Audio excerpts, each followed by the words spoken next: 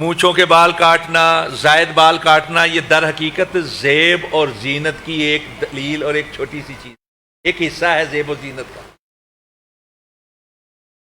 جس نے اللہ کے لیے قربانی دینی ہے اور قربانی کے جانور کے اوپر چھری پھیرتے ہوئے جب یہ عہد کرتا ہے کہ اللہ آج میں ایک جانور تیرے حضور ذبح کر رہا ہوں، اگر مجھے موقع ملا تو میں اپنی جان دینے سے بھی دریغ نہیں کروں گا۔ در حقیقت وہ یہ کہتا ہے کہ ان صلاتی و نسکی و محیایا و مماتی للہ رب العالمین، کہ میری ساری حرکات، میری ساری جنبشیں، ساری عبادات صرف اللہ کے لیے، میرا جینا بھی اللہ کے لیے ہے، میرا مرنا کے بھی اللہ، یعنی اپنے آپ کو اللہ کے حضور اس نے پیش کر دی، یہی قربانی۔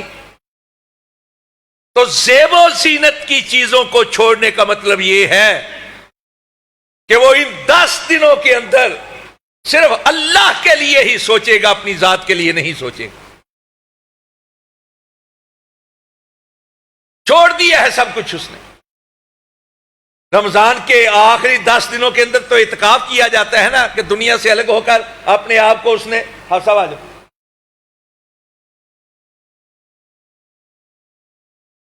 ماشاء اللہ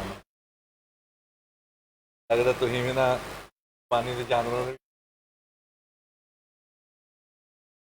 ماشاء اللہ حضرت حافظ محمد فیصل تشریف لے آئے ہیں، میں بات کو مزید مختصر کروں گا انشاءاللہ۔ میں یہ عرض کر رہا تھا کہ رمضان کے مہینے میں جو آخری 10 دن ہے اعتکاف بیٹھ جاتا ہے آدمی۔ حضرت سرار صاحب تھی بھی آ جاؤ جی، تشریف لے آؤ گے ساڈے کول ہی آ کے بیٹھ جاؤ۔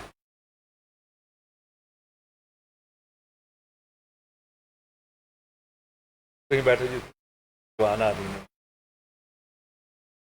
نالے ترقی دا پارا پاسا نیواں ہی ہوندا ہے۔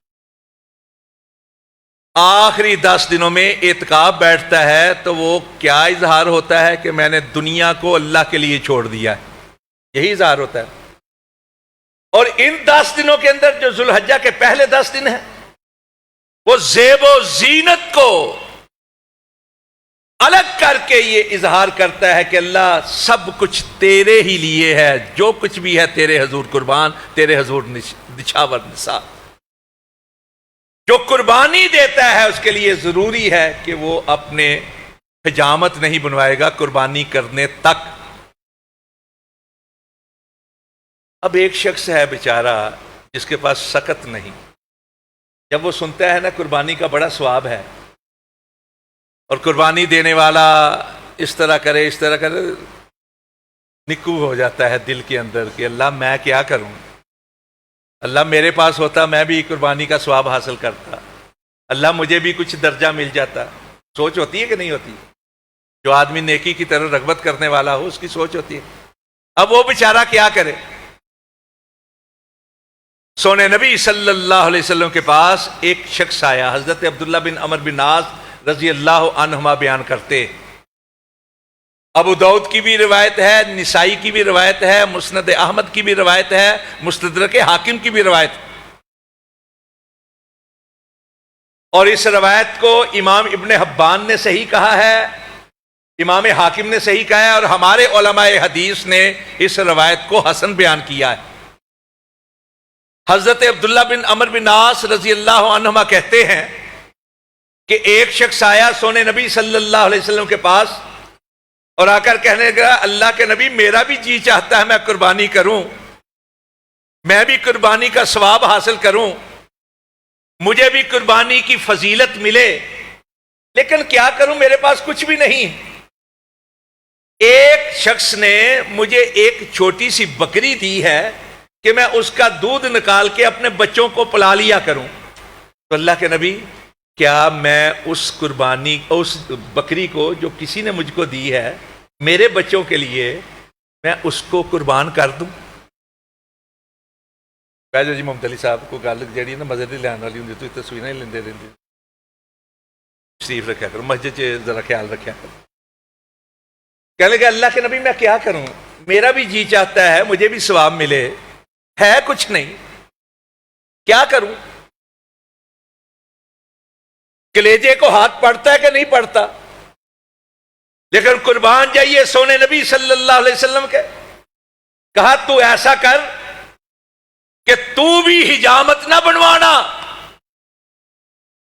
چاند دیکھنے سے لے کر نماز عید کے ادا کرنے تک تو بھی اپنے بال نہ تراشنا، تو بھی اپنے ناخن نہ کاٹنا۔ اگر تو ایسا کرے گا ذالک تمام اضحیت کا، تجھ کو پوری قربانی کا ثواب ملے گا۔ اس لیے جن لوگوں نے تو قربانی دینی ہے ان پہ تو لازم ہے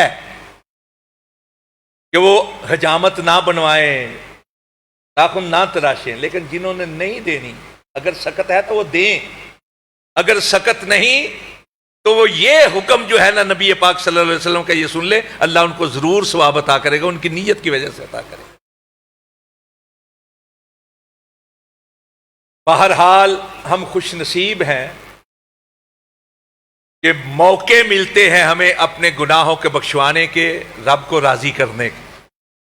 کبھی رمضان کی صورت میں مل گیا، کبھی شوال کے 6 روزوں کی صورت میں مل گئے، کبھی محرم کی صورت میں مل گئے، کبھی کسی صورت میں، کبھی کسی صورت میں۔ اب یہ 10 دن جو ہیں یہ عظمتوں والے، فضیلتوں والے، یہ اللہ رب العزت نے ہمیں موقع عطا فرمایا۔ جتنا فائدہ اٹھا لیں اتنا ہی کم ہے۔ اللہ رب العزت سمجھنے کی توفیق عطا فرمائے۔ واقول قولی ھذا استغفر اللہ ربی ربکم۔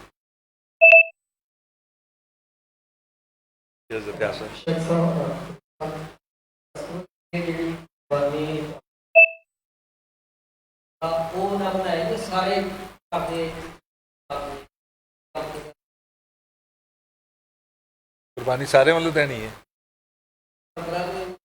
پھر جیڑا جیڑا نہیں کرے گا انہوں سواب ملتا رہے گا۔ قربانی کرنی ہے تاں بھی، نہیں کرنی تاں بھی سواب تو ملے گا۔ نہیں کوئی سوال نہیں ہے، سوال بنتا ہی نہیں، بیٹھو۔ دونوں قسم کے لوگوں واسطے میں فضیلت بیان کر دیتی ہے۔ پہلی بات تو یہ ہے کہ اللہ کے نبی نے ارشاد فرمایا کہ علی کل اہل بیت، علی کل اہل بیت فی کل عام اضحیہ، ایک قربانی ہے لیکن پورے گھر والوں کی طرف سے ہے۔ اور اسی طرح ایک مسئلہ جو ہے نا ضمناً اور بھی سن لیں کہ اصل قربانی تو یہ ہے کہ ایک گھرانے کی طرف سے ایک جان ہو، لیکن گائے کے اندر 7 حصے ہوتے ہیں، اونٹ کے اندر بھی 7 ہوتے ہیں، 10 تک کی اجازت ہے۔ یہ اللہ کی مہربانی ہے کہ جان ایک ہے لیکن 7 گھرانوں کو ثواب مل رہا ہے۔ لیکن یہاں ایک شرط ہے کہ 7 کے 7 حصے قربانی کی نیت کے ہوں، سب کی قربانی کی نیت ہو۔ اس میں باقاعدہ علماء کرام کے فتوے موجود ہیں۔ یہ تو اللہ کی مہربانی ہے نا کہ ایک جان کے بدلے میں 7 لوگوں کو قربانی کا ثواب مل جائے، 7 کے 7 قربانی کے ہوں۔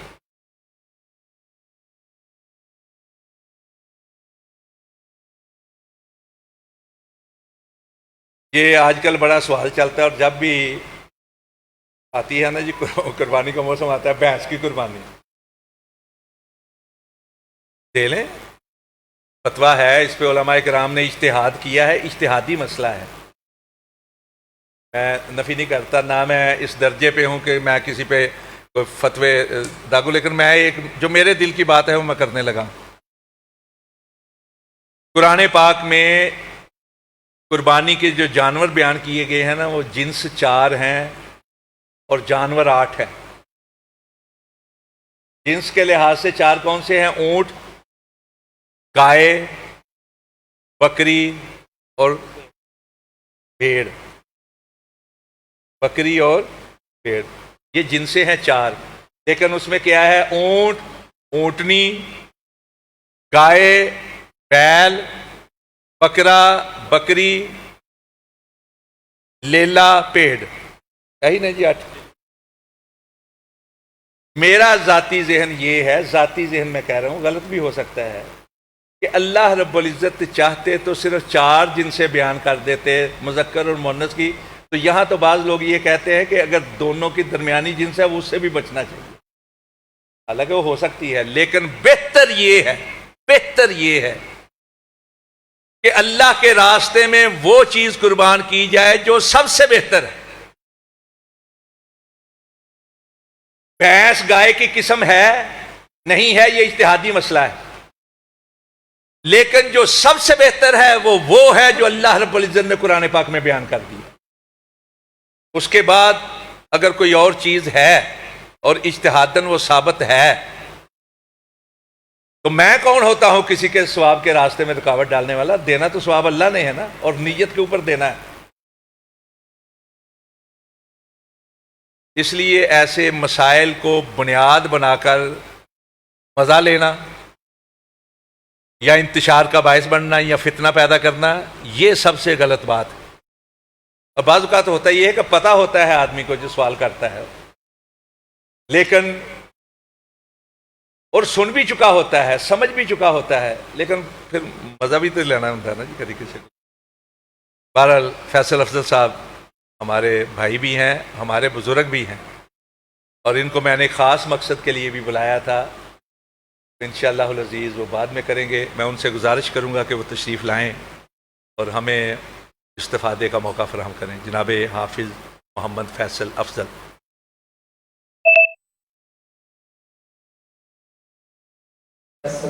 شیخ صاحب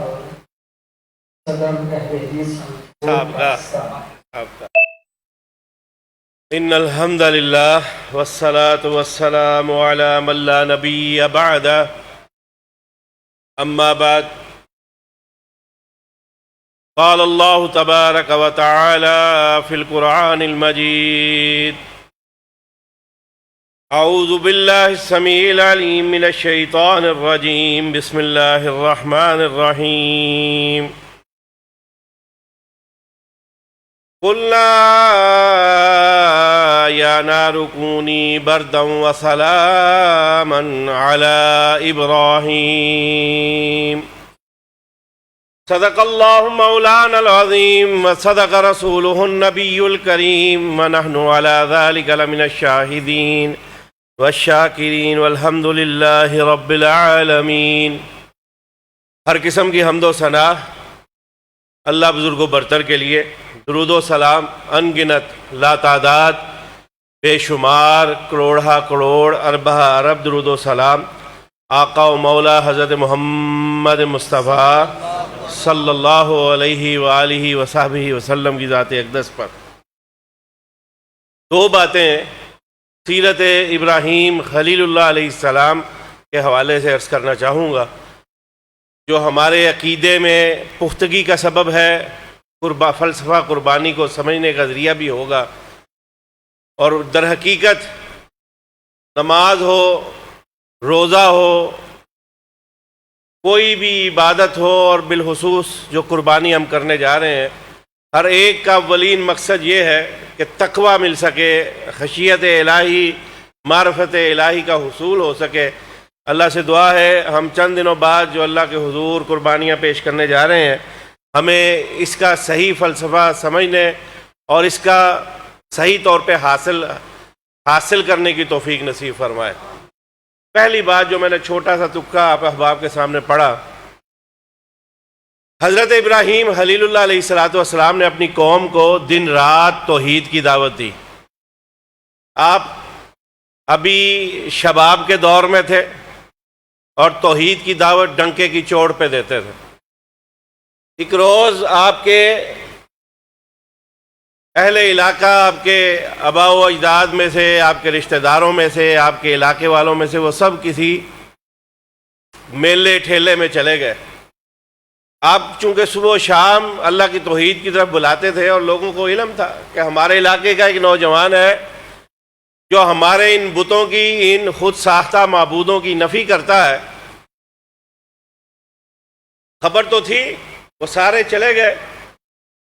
قرآن کہتا ہے واپس آئے، حضرت ابراہیم خلیل اللہ علیہ السلام کو ایک ترکیب سوچی کہ میں دن رات ان کو دعوت دیتا ہوں لیکن کوئی اثر نہیں ہو رہا۔ کوئی عملی تدبیر جو ہے ان کے سامنے رکھتے ہیں، عملی نقشہ ان کے سامنے میں کہتا ہوں تاکہ شاید وہ عملی ضرب جو ہے ان کے دماغوں پہ پڑے اور ان کو عقیدہ توحید کی سمجھ آ سکے۔ آپ نے کیا کیا؟ ایک کلہاڑے سے کسی بت کا سر کاٹ دیا، کسی کا ہاتھ کاٹ دیا، کسی کا بازو کاٹ دیا، کسی کو دو دڑ کر دیا، اور جب اہل علاقہ واپس آئے بڑے حیران پریشان اور اپنے الہوں خود ساختہ معبودوں کی حالت دیکھ کر بڑے پریشان ہوئے۔ اب میٹنگ ہو گئی ہے سارے علاقے کی، پریشانی کا اظہار ہو رہا ہے، احتجاج ہو رہا ہے، یہ ہمارے معبودوں اور الہوں کے ساتھ یہ سب ہوا کیسے؟ من فعل هذا بآلهتنا وإنه لمن الظالمین، کہنے لگے ہمارے معبودوں کے ساتھ جس نے یہ سلوک کیا ہے ظالموں میں سے ہے، پتہ لگاؤ، کھرا کٹو کن نے کیتا ہے۔ پھر آخر اہل مجلس میں سے کسی نے کہا سمعنا فتى یذکرہم یقال لہ ابراہیم، ہمارے اس علاقے میں ہمارے معبودوں کی نفی کرنے والا، ان سے بغاوت کا اظہار کرنے والا صرف ایک ہے، وہ نوجوان ابراہیم ہے جو ان کی نفی کرتا ہے، ہمیں بھی کہتا ہے چھوڑ دو ان کو، ان کی عبادت نہ کرو، یہ تمہارے حاجت روا نہیں ہو سکتے، یہ تمہارے مشکل کشا نہیں ہو سکتے، یہ تمہاری حاجت روائی نہیں کر سکتے، تمہاری دستگیری نہیں کر سکتے، تمہیں اولادیں نہیں دے سکتے، تمہیں رزق نہیں دے سکتے، تمہاری تقدیر کے یہ مالک نہیں ہے۔ اللہ اکبر، ابراہیم علیہ السلام کو بلایا گیا،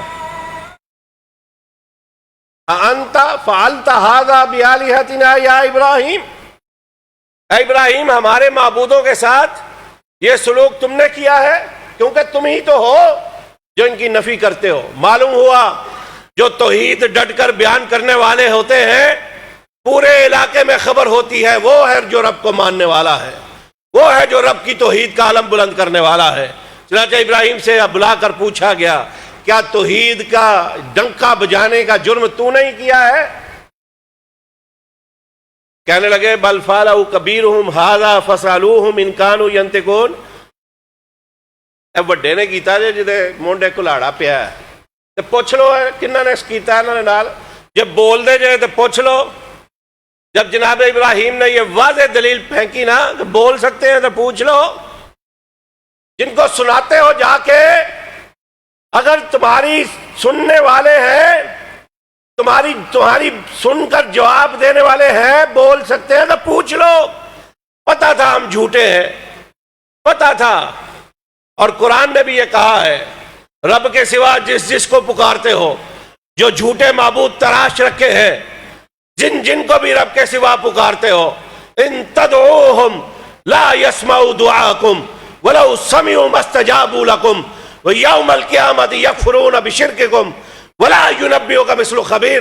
رب کے سوا دوسروں کو پکارنے والوں سن لو، یاد رکھنا جتنا مرضی ان کو پکار لو، ان کو صدائیں بلند کر لو، ان کو ندائیں بلند کر لو، ان کے نام کی نیازیں پکار لو، سب کچھ کر لو، لا یسمعوا دعاکم، یہ تمہاری پکاریں نہیں سن سکتے، وَلَوْ سَمِعُوا مَا اسْتَجَابُوا لَكُمْ، سن بھی لے، قرآن نے چیلنج دیا رب کا، سن بھی لے، تمہاری مرادوں کو پورا کر سکتے ہیں، تمہاری دعاؤں کو سن کر اس پر داد رسی کر سکتے ہیں؟ نہیں کر سکتے۔ کہا اگر بول سکتے ہیں تو پوچھ لو، ان کانوا ینطقون۔ پھر جب مبہوت ہو گئے، لاجواب ہو گئے، جواب کوئی نہیں تھا پاس، کہنے لگے حرقوہ وانصروا آلہتکم، وہ ایک ہی حل تھا، وہ جن الہوں کے سے مدد مانگنے والے تھے، جن الہوں سے دستگیری طلب کرنے والے تھے، جن الہوں کو اپنا حاجت روا مشکل کشا سمجھنے والے تھے، کہنے لگے آؤ ابراہیم کو آگ میں پھینک کر اپنے ان خود ساختہ الہوں کی مدد کرو۔ رب نے قرآن میں یہ بات ثابت کر دی کہ جن کی مدد کی جائے وہ الہ ہو سکتے نہیں، اور اللہ نے ان جھوٹوں کے خود منہ سے یہ کہلوا دیا، ان کی زبانوں سے یہ کہلوا دیا کہ آؤ آج توحید کی دعوت بلند کرنے والے ابراہیم کو جلانا پڑے گا، اس لیے کہ ہمیں اپنے معبودوں کی مدد کرنا ہے۔ اور پھر رب نے کہا جو ڈنکے کی چوٹ پہ توحید بیان کرنے والے ہیں، اس وقت میں اس کو تنہا چھوڑ دوں، یہ ہو نہیں سکتا۔ اہل علاقہ نے فیصلہ کیا اپنے معبودوں کی، اپنے بتوں کی، اپنے حاجت رواؤں کی، اپنے مشکل کشاؤں کی، اپنے داتاؤں کی، خود ساختہ اولاد دینے والوں کی، مدد کرنے والوں کی، ان کی اگر مدد کرنا ہے تو توحید کی آواز کو بند کرنا پڑے گا۔ بند کرنے کا طریقہ یہ ہے آگ کی چیہا جلاؤ، الاؤ جلاؤ، اور اس میں ابراہیم کو پھینک دو، جلا کر راکھ کر دو، نعوذ باللہ من ذالک۔ نہ ابراہیم رہیں گے، نہ توحید کی آواز بلند ہوگی، یہ نغمہ فصل گلو لالا کا نہیں پابند، بہار ہو کے خزاں لا الہ الا اللہ۔ جناب ابراہیم خلیل اللہ علیہ السلام نے حالات کے جبر کو نہیں دیکھا، حالات کی پریشانیوں کو نہیں دیکھتا، اور نہ ہی آگ کے بڑکتے ہوئے اس الاؤ کو دیکھا۔ قوم نے جناب ابراہیم کو اس آگ میں پھینک دیا، لیکن آگ میں پھینکنے والے یہ نہیں جانتے تھے جس طرح ہم اللہ کی مخلوق ہے، یہ آگ بھی کسی کی مخلوق ہے، یہ کسی کے حکم سے جلتی ہے، یہ جلاتی بھی کسی کے حکم سے ہے، اس کا حکم نہ ہو یہ کچھ نہیں کر سکتی۔ وہ نہیں جانتے تھے وما تشاءون الا ان یشاء اللہ، وہی ہوتا ہے جو منظور خدا ہوتا ہے۔ مدعی لاکھ برا چاہے تو کیا ہوتا ہے، وہی ہوتا ہے جو منظور خدا ہوتا ہے۔ گاؤں والوں نے، بستی والوں نے ابراہیم کو جلانا چاہا اور یہ سوچا کہ فطرت آگ کی یہ ہے، یہ جلا دیا کرتی ہے، لیکن یاد رکھنا وہ فطرتیں بدلنے والا وہ رب ہے، وہ ہر شے کی حیت کو بدلنے والا وہ رب ہے، ہر شے سے اپنی مرضی کا کام لینا والا وہ رب ہے۔ وہ جو چاہے ہو جاتا ہے، وہ جو نہ چاہے نہیں ہوتا۔ وہ چاہے تو عیسیٰ کو بن باپ کے پیدا کر دے، وہ جو چاہے آدم کو بن باپ کے پیدا کر دے، وہ جو چاہے سینکڑوں سال اولاد مانگنے پہ سینکڑوں سال زکریا کو اولاد نہ دے، وہ جو چاہے ابراہیم کو سینکڑوں سال نہ دے، وہ جو چاہے تو بن باپ عیسیٰ کو بھی پیدا کر دے، اس کو کون پوچھنے والا ہے؟ ابراہیم کو آگ میں پھینک دیا گیا، لیکن اللہ نے آسمانوں سے حکم دے دیا۔ لوگ یہ سمجھتے ہیں آگ جلا دیا کرتی ہے، لیکن اے آگ میرے حکم سے جلنے والی آج سن لے، آج تو نے میرے ابراہیم کے لیے آگ نہیں بننا بلکہ گل و گلزار بن جانا ہے۔ برداً و سلاماً علی ابراہیم، میرے ابراہیم کے لیے سلامتی والی بن جا، ٹھنڈی بن جا اور حفاظت والی بن جا۔ اور اللہ نے ابراہیم علیہ السلام کو بخیر و عافیت اس آگ میں سے باہر نکال کر رہتی دنیا تک یہ پیغام دے دیا، میری توحید کے ڈنکے بجانے والوں، لا خوف علیہم ولا ہم یحزنون ان الذین قالوا ربنا اللہ، جو رب کو رب مانتے ہیں، رب کی توحید کا ڈنکا بجاتے ہیں، پھر نہ ان کو کوئی خوف ہے نہ غم ہے، اور اللہ اپنے فرشتوں کو نازل کرتے ہیں اپنے ان بندوں کی مدد کے لیے۔ اور پھر جب مدد نازل ہوتی ہے، نصرت الہی زمین پہ اترتی ہے، تب آگ بھی گل و گلزار بن جاتی ہے۔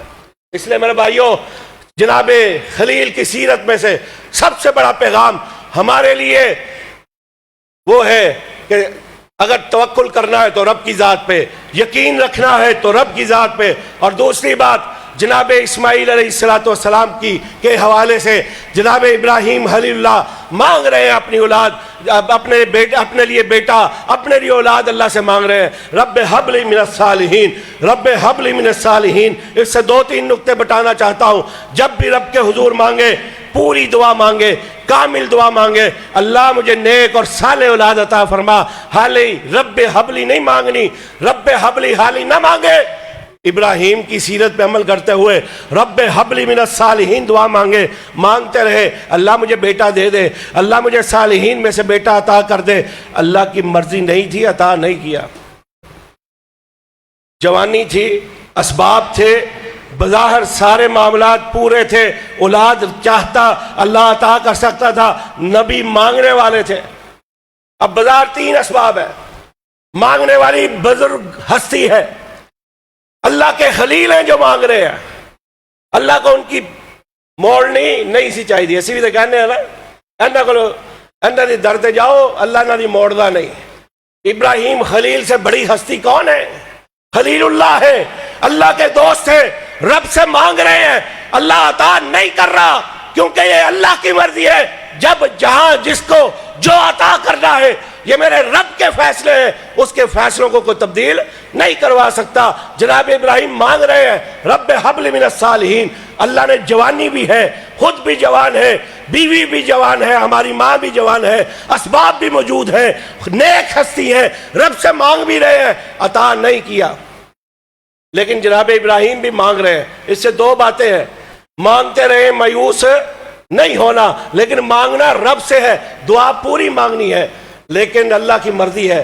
مانگنے پہ اسباب تھے، نہیں عطا کیا، بڑھاپے میں آ گئے، جوانی خود بھی ڈل گئی، اپنی بیوی کی طرف سے بھی جوانی ڈل گئی، ظاہری اسباب ختم ہو گئے، لیکن پھر اللہ نے چاہا وما تشاؤون الا ان یشاء اللہ. جب جوانی بیت گئی، بڑھاپا آ گیا، کہا ابراہیم اب میری مرضی ہے، اب میری چاہت ہے کہ تیرے گلشن میں اسماعیل کا پھول کھلاؤں گا.